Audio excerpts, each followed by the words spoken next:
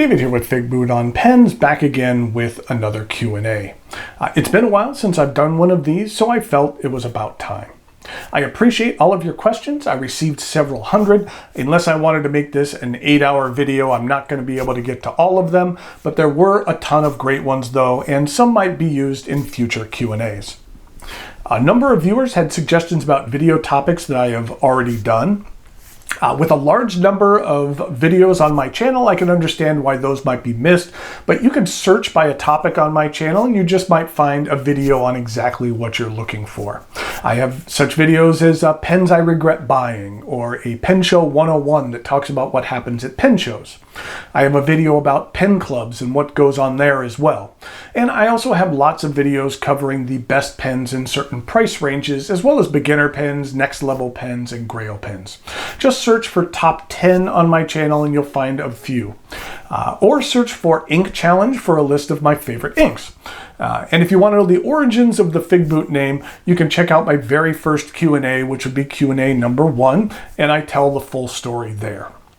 Something I did want to mention right up top, on Saturday, May 9th at 2 p.m. Eastern, I will be taking part in a live Zoom Q&A session run by Jaffa Brands, the U.S. distributor of Monteverde, Conklin, Diplomat, and other brands.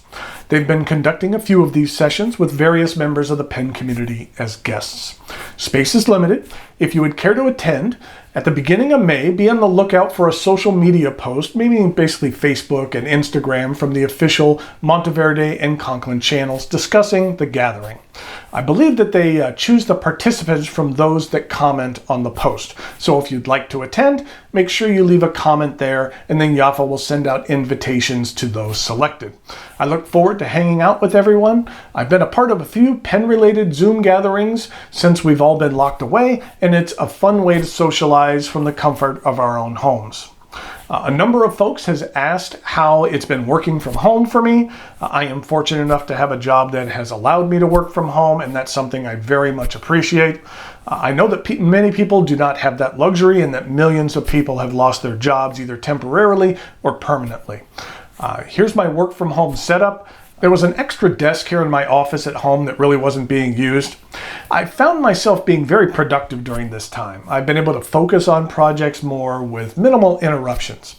And, I have found it harder to concentrate on creating reviews though, because I think it's because I'm working for 10 or 11 hours in my office here, and then it's kind of been more difficult to switch gears than to work on other things.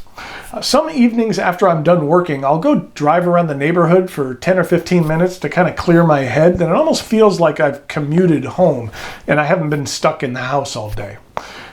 It's a bit of a mental break as opposed to kind of going directly from one type of work to another.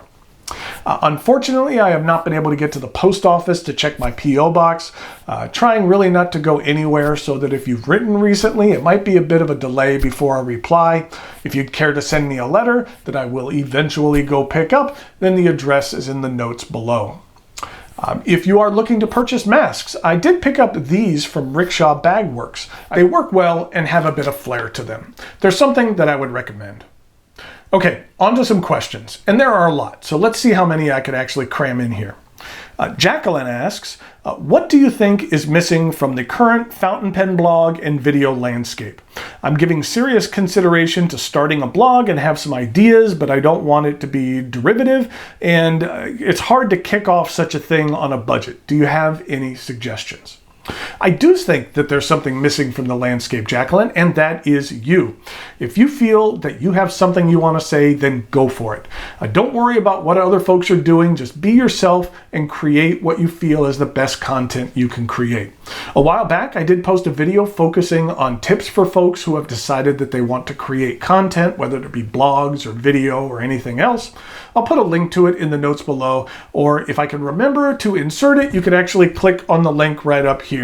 I can't recall if I've shared this story or not, but years ago, I reached out to the author Tom Clancy. He was someone who had become a successful writer later in life, and I had written him an email saying how much I appreciated his work and how I wanted to be a writer, and I probably rambled on for way too long. He was kind enough to reply with some simple yet valuable advice. He said, if you want to write, then write. And while I haven't applied myself to write the great American novel yet, I have heeded that advice when it comes to other things in my life. If you want to create content, then create content. There really isn't much of a downside. But if you're looking to create content in some form, then I would recommend my previous video. You might find it useful. Brian asks, do you feel the need to divest your collection at times when it gets too large? Have you done this in the past? Yes, I have. Last year, I sold off around 40 or 50 pens. I've been thinking about doing that again sometime in the somewhat near future. Not being able to get to the post office has put a damper on that idea until things get a little bit better. But when I do put some things up for sale, I will discuss it here on my channel as well as on Instagram and make it well known what is available and when. It was a lot of work selling off 50 pens, but it was worth it if it put pens in the hands of folks who would use them and cherish them, especially if they were pens that I wasn't giving the attention they deserve. Okay, Kevin asks, I recently purchased an iron Gall Ink, but I've been hesitant about using it too much because of what people say it can do to alloy parts in pens. Do you regularly use iron Gall Inks? If so, how do you treat them? I don't use iron Gall inks regularly, but I do have some in my collection. I am not the greatest when it comes to cleaning out my pens, but if I use an iron Gall ink, I am very careful to not let that pen sit around for days or weeks loaded up with that ink. If I'm using it for a particular day, I'll load it up, and then at the end of the day or very soon thereafter, I'll empty it out and clean it out. In my experience, that type of limited usage hasn't had any ill effects on the pens at all. So it's just best not to let it sit in there for long though. Kimberly asks, when heading into work for the day, what do you transport your fountain pens in? Also, does your family enjoy fountain pens? You know what? It's back here. Where did it go? Here it is. Each weekend I prepare the 5 pens that I'll be taking to work with me for the next week. I consult my everyday carry spreadsheet to determine the pens I haven't used for a while, and then I get them cleaned out if need be and inked up. And then I put them in this 4-pen pouch here, which is for wancher. I usually put them in here, 4 slots. And then the 5th one is clipped on the outside of one of these slots. And then I actually write it down and with the ink that's in there. I need to actually do this tomorrow for next week. Then as the week progresses, as I use a pen, then it gets removed out of the pouch. So by the end of the week, I usually only have 1 pen left in here and maybe another if I'm testing it out. If you'd care to see what pens I take to work with me on a daily basis, you can follow me on Instagram where I am at Figboot11. Each weekday, I take a picture of my pen of the day. In regard to my family, they could not care less about my hobby. While I was in my acquisition phase a couple of years ago, I would try to share everything with them, and I think, hoping to get them hooked, but it didn't stick with any of them, and I think they just got sick of hearing it. So it's not something that we really discuss, which is fine. I have my hobbies, they have theirs, and then there's other interests that we share. And that's why I attend my local pen club and go to pen shows, and I'm fairly active in a number of online communities. That's where I can talk with like-minded individuals about this hobby. So if you don't have anyone in your house that shares your pen interest, there are plenty of readily available folks who do. And then in a question that somewhat relates, Amy asks, if there are 1 or 2 pens that you always have inked up with you in addition to your daily choices. Not necessarily on me, but behind here, I always have these dudek cubes that I have sitting on my desk, which are really nice. And these typically have a combination of pens, which I will be reviewing in the near future, as well as pens that I'm currently enamored with. Here currently, I have a Monty Winfield High Water. There is the Bennu Golden Flame, which has some really cool paint on it. Then there is the Wancher Kiyorushi pen that I just reviewed, as well as some other pens that are coming up in the next few weeks for review. We'll just set this right back there. The next question, Chris asks, what is your latest favorite acquisition? You know, I don't want to shock anyone, but my latest favorite acquisition is the Joey Feldman Retro 51. Believe it or not, I don't hate ballpoints and roller balls. They do have their use. I just love the design of this pen though. The Plague Doctor motif is very appropriate for the times that we're living in. I actually told Joey that this looks like the cover of a 1983 Cheap Trick album, and there is nothing wrong with a 1983 Cheap Trick album cover. Plus, it glows in the dark, which is pretty cool. I received a number of questions about how I use my pens and suggestions for how folks can use their pens more. While at work, I handwrite a to-do list each day, which I do with the fountain pen, and things get added and removed from the list all the time throughout the day. And then I use them to take notes during meetings. I'll write out my reviews by hand, so that can test the pen out while I'm composing my thoughts about it. And as I mentioned previously, I write a fair amount of letters by hand. So if you're creative, then there are lots of ways to use your pens. Simon asks, what is your most expensive regretted purchase within the pen world? I have an answer to this question, but it has nothing to do with the pen itself. A while back, I commissioned a pen from Sean Newton. If you've ever had the opportunity to have a custom pen made for you, I would strongly recommend it. It's a great experience. Besides Sean, there's a number of other amazing artisans out there whom I've worked with to create incredible work. But I regret my purchase from Sean. No offense to Sean, but it has nothing to do with the pen itself. It's what the pen represents. And here is that pen. You see, I grew up in San Diego and I was a die-hard Chargers fan. And a couple of years ago, the owner moved the team from San Diego up to Los Angeles, which was devastating for the community and devastating for me to have your team abandon the city that you just like that. It kind of ripped the passion from me. I'll still watch the games, but I'm not emotionally invested like I always was. If they win, fine. If they lose, fine. And I kind of hate that the owners have taken that away from me. The day they moved, I took all of my Chargers gear and put it in a box, and it's in the attic. I'm only keeping it in the off chance that the team will move back or a new team is brought into town that can take over the Chargers name. I know I have a lot of British viewers. Imagine how you would feel if, like, Liverpool moved to Manchester. Would you still be a fan? It would be tough. Well, that's where I'm at. Well, this pen is exactly what I wanted Sean to create.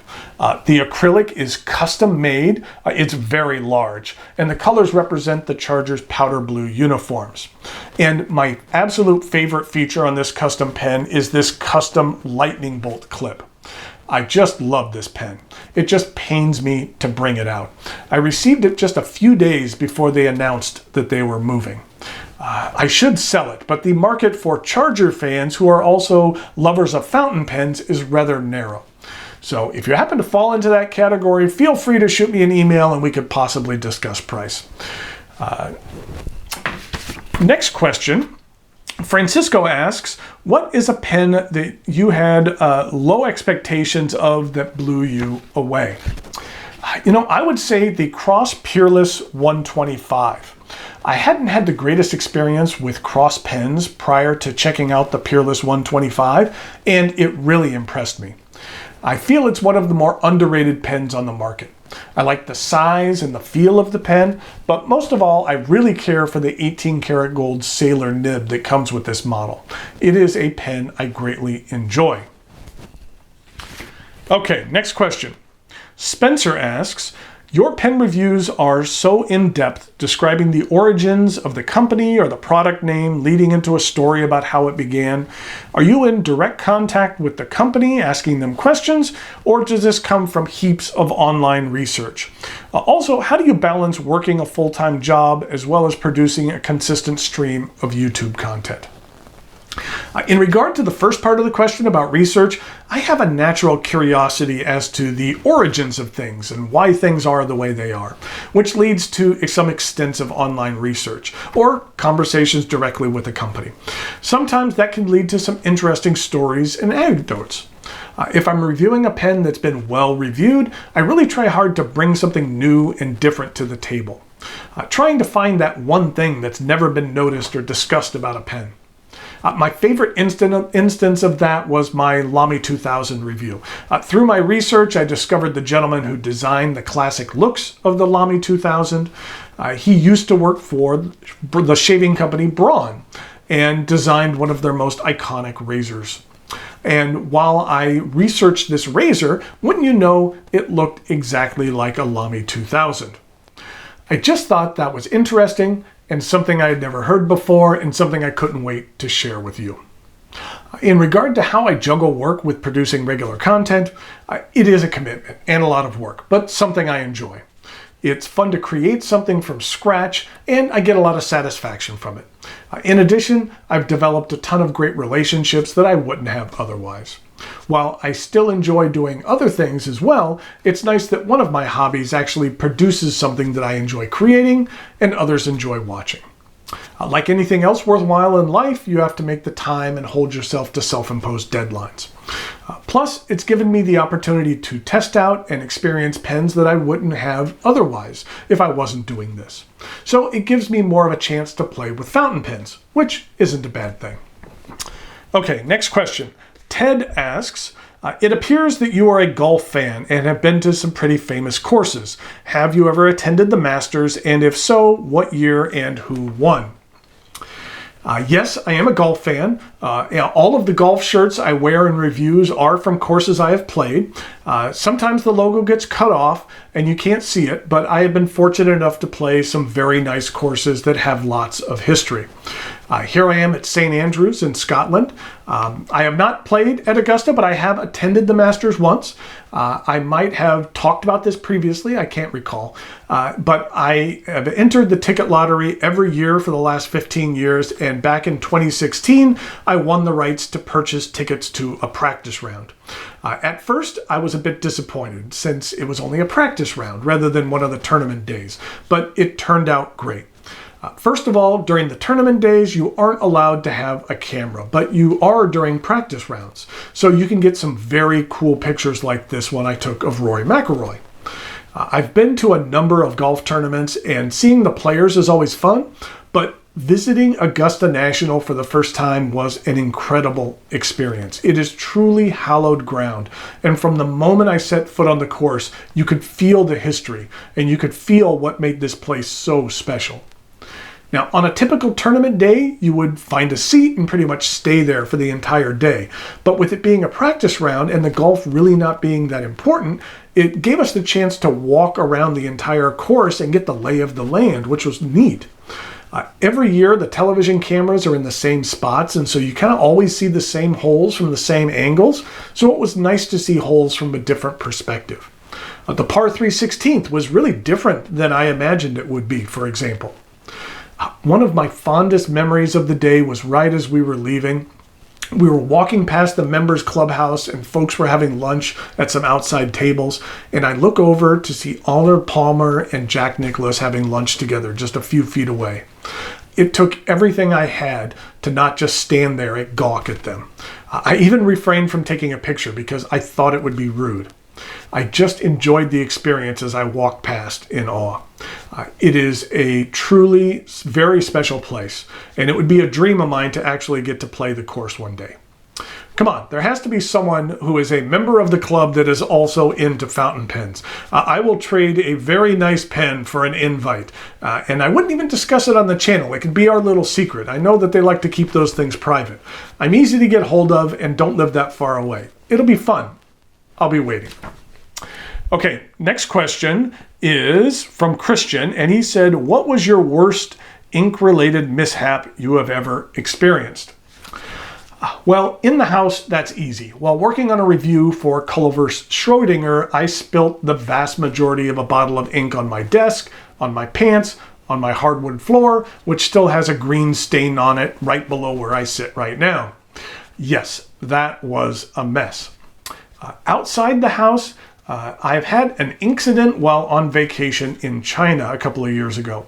I had a TWSBI Diamond 580 in my pocket, and the cap happened to somehow come unscrewed and fall off so that the nib was exposed, and proceed to put a very large amount of Iroshizuku Konpeki on my shorts. So here I am on the Great Wall of China with my right hand casually down at my side, but what it is really doing is covering up a very large ink stain so that you don't see it in the picture. On a side note, I did produce two separate travel vlogs recapping this trip to China. If you would care to see some of the sights and my feelings about the country, I will put links to those videos in the notes below. Okay, John asks, what have you missed most in the fountain pen community during the quarantine? I missed seeing everyone at my local pen club that meets monthly. I also was looking very much forward to the Atlanta Pen Show this year. That show is one of my highlights of the year. But the community is finding other ways to hang out together. Not long ago, I participated in a large Zoom gathering organized by luxury brands, which was a lot of fun. And I mentioned this earlier, but coming up in early May, I'll be taking part in another Zoom Q&A organized by Jaffa Brands. Trevor asks, for a beginner, would you recommend buying a few lower cost fountain pens or buying one more expensive pen? Now, I think that this could vary from person to person. Do you like variety or do you mind only just using one item? I do feel the benefit of having a fewer lower cost pens is that you can experience a number of different things, try different nib sizes, pen shapes, and the like. That way you can kind of get a better understanding of your tastes and preferences in pens, so when you're ready to step up to that next level, the chance of you choosing something that will better fit your preferences will be greater. Okay, to kind of close things out, what I'm going to do is have some quick fire questions. So these are rather short questions with some somewhat short answers. Do you collect vintage pens? No, not really. Nothing against them. I just haven't really been bitten by the vintage bug yet. What is your favorite pocket pen?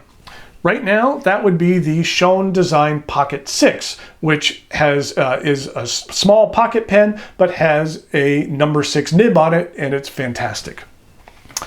How do you feel about the new rose gold trend in pens? I like it. I personally prefer rose gold over the color of standard gold. In some instances, I feel it can look a little bit less cliche. What is your favorite Visconti? Right now, it is my Ripple, or this is the blue Ripple. How do you feel about the Stub Nib on Pilot Vanishing Points? I love the pen. I'm not a fan of the Stub Nib. I've owned two and never cared for the way they wrote. I sold them both. What is your favorite ink bottle? I have two here. For looks, I really like the Visconti bottles. For functionality, I really like the Ackerman bottles. What I've done here is I've actually taken out the marble just so you can get a better look, but there is a marble that sits here in the neck, and then what you do is you turn this over and then you turn it upside down, and the marble then traps some ink up here into the neck where you can easily ink up your pen. So I like the looks of it, and it's a very cool utilitarian design. The next question is, what was your first fountain pen and do you still have it? It was a Lamy All-Star, and yes, it is right here. Let's see here. What have you found to be the most difficult part about taking pictures of pens? What I have found is that getting a macro picture of a pen without a bunch of dust and junk on it is virtually impossible. When you magnify your pens, they are dirty. Up close, they look even dirtier. I spent way too long editing dust and junk out of pictures in Photoshop. It is very tough to get a pen perfectly clean from a macro or a microscope picture. You mentioned previously you work for a company which imported Russian goods. Do you have any stories about this job? Yes, I do, but the good ones are a bit long and involve such topics as selling Soviet Sputnik satellites on eBay, selling military uniforms to a man who ran a famous restaurant in Atlanta, who would walk around the restaurant wearing the uniform of a Soviet Navy admiral for kids' birthday parties.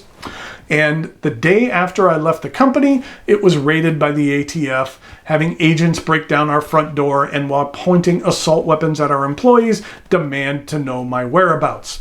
True story. Good times. Next question is, what inks did you start off not liking but found yourself liking later on in time? You know what? When I first started off, I only liked black ink. I really didn't see the point in using a rainbow of colors, but then I branched out. I branched out to blue-black, then blue, then brown, to orange. You get the picture. Given your status of loving movies, what is the worst movie that you have ever seen? I know it's cliche to say this, but The Room is truly a heinous movie. So bad that it's become successful because it's so terrible. What are your 3 favorite music albums of all time? I had to think about this for a while, and there are 20 albums tied for 4th place. But the 3 I decided on are Cheap Trick Live at Budokan, AC/DC Back in Black, and then Beastie Boys, The Sound of Science. Now that last one's cheating a bit because it's a 2-disc anthology. And I have been fortunate enough to see all 3 of those bands in concert in person. How many baseball jerseys do you own? Recently on Instagram, I posted a different jersey a day for a while. I do have 8 different jerseys. It's a modest collection. Some of my favorites is I have a Bad News Bears jersey. I have a jersey from Roy Hobbs from The Natural, and a number of baseball jerseys, Padre jerseys. And I have 2 different Kenny Powers jerseys. If you have to ask who Kenny Powers is, then shame on you.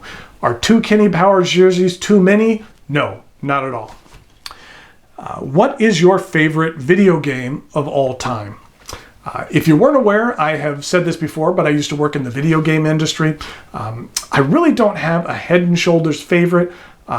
Over the last few years, I played a ton of Skyrim. I've put hundreds of hours into Diablo 3. I'm a big fan of the GTA series. Right now, I'm actually playing through a GTA 4 expansion pack that I had never got around to completing. And I used to be way too much into World of Warcraft. I actually had to quit that game because I was playing way too much and it was dominating my life. I was literally playing 5 and 6 hours a day. It was tough to quit, but I really loved that game. And every once in a while, I think about picking it back up again, but I know how much I will get into it if I do. That's not a game I can just play casually, so it's best to stay away from it. I am looking forward to Diablo 4 coming out, whenever that ends up being. 2 more. One is, what is the one pen that got away? You know what? I would have to say the Platinum Campu. It's a great looking pen and they were readily available for a while. I debated whether or not I really needed another 3776, just a little bit too long, and they were sold out. So I regret not picking up one of those. And then finally, tell us something about your dog. Her name is Jenny. She is a double doodle, half golden doodle and half labradoodle. She is named after Ginny Weasley from the Harry Potter books. She does not like it when people are rolling their trash cans around my cul-de-sac. She does not like any mail or delivery truck that comes up to the house, but she doesn't mind the garbage truck for some reason. Go figure. She lives for tummy rubs and loves catching frisbees in the backyard. Okay. That was quite a few questions. By my count, an even 30. So I think we'll call it at that. I appreciate all of your questions, and I'll see about not waiting so long for the next Q&A. And just a reminder, if you would care to participate in that Zoom Q&A, look for an announcement by post by Monteverde or Conklin on Instagram or on their other social media platforms, which will have instructions on how you can join the fun. Until next time, thanks for watching, and I'll talk to you later.